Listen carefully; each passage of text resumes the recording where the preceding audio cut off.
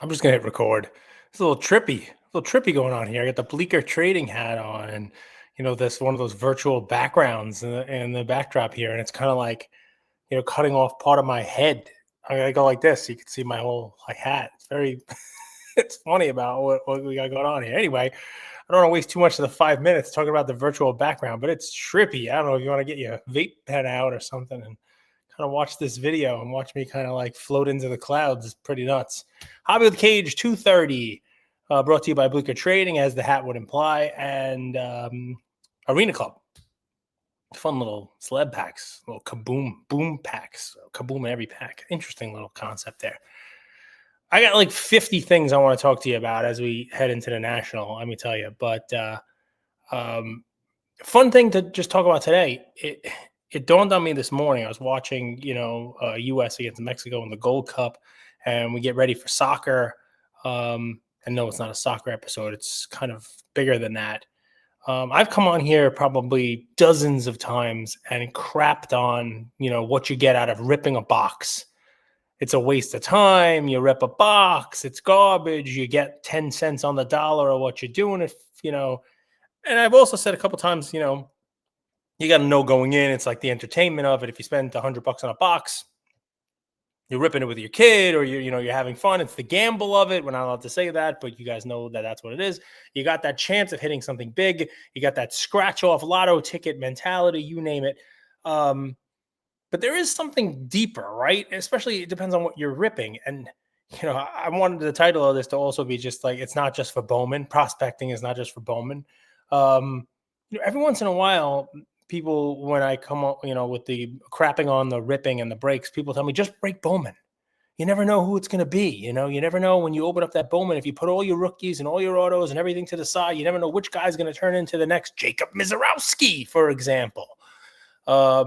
Man, what he's doing is amazing. He gave up that leadoff home run yesterday to Ohtani, and then just plowed through the Dodgers with 12 strikeouts. I mean, that guy has had a start to his career like nobody's ever had. Just an amazing, pitching performance out of nowhere. I don't know if the league figures out his, wonky delivery. He reminds me of a very young, Randy Johnson with a lot more early success, because Randy didn't have early success. He figured it out a little later.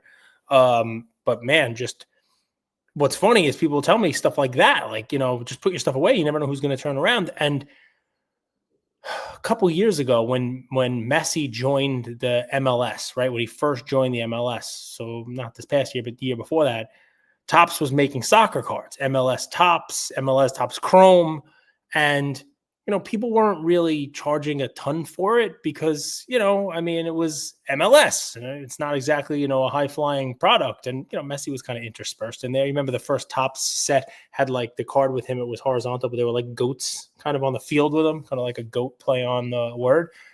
And my son and I opened up a case, so inexpensive. Boxes were less than $100. We opened up a case of Topps and a case of Topps Chrome. And I remember, obviously, we were looking for Messi cards. We were looking for big hits. We were looking for autos. There was an auto in every box. We were looking for, and we really didn't hit Messi. And I'm sure if you go back, you could probably find the episodes of me coming on here and complaining about, wow, even though we didn't pay that much, we really didn't get that much. We got a couple of Messi base cards, no Messi number cards, no Messi autos. I mean, it is what it is.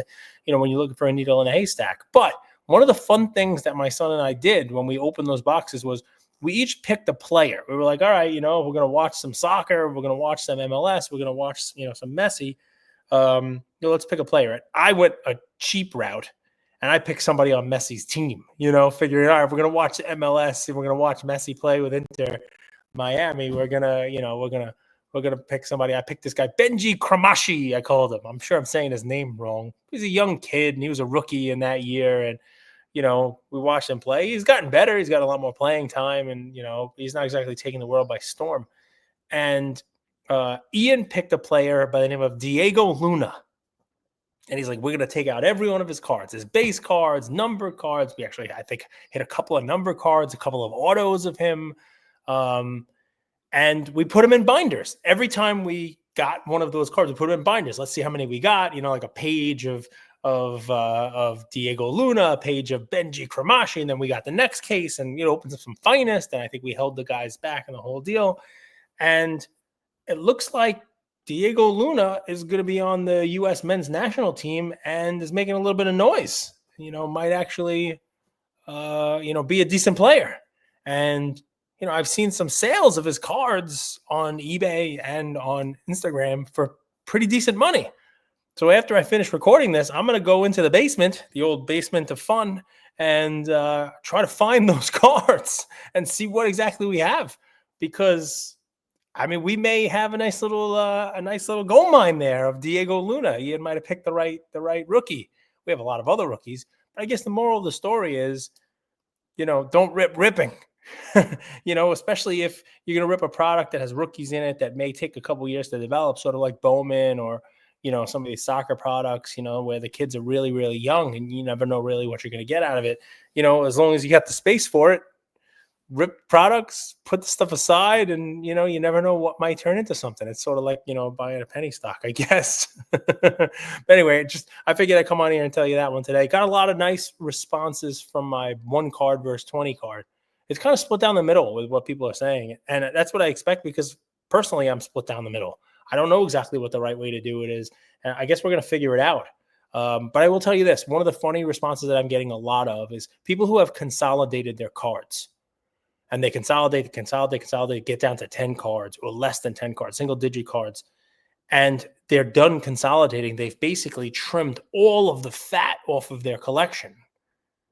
They're now in a what now kind of phase. And we can discuss that on another episode also. But it's interesting, right? Because when you consolidate all your consolidation cards and you have nothing left that you want to get rid of ever, well, what do? I guess you got to go find some more money and start over, right? For another day. Don't rip ripping because you never know. You might be sitting on a gold mine somewhere of Diego Luna cards. I guess we'll see. And that's another fun one for you guys. 5 minutes turns into 7. It's always fun chatting with you guys. Let me know what you think.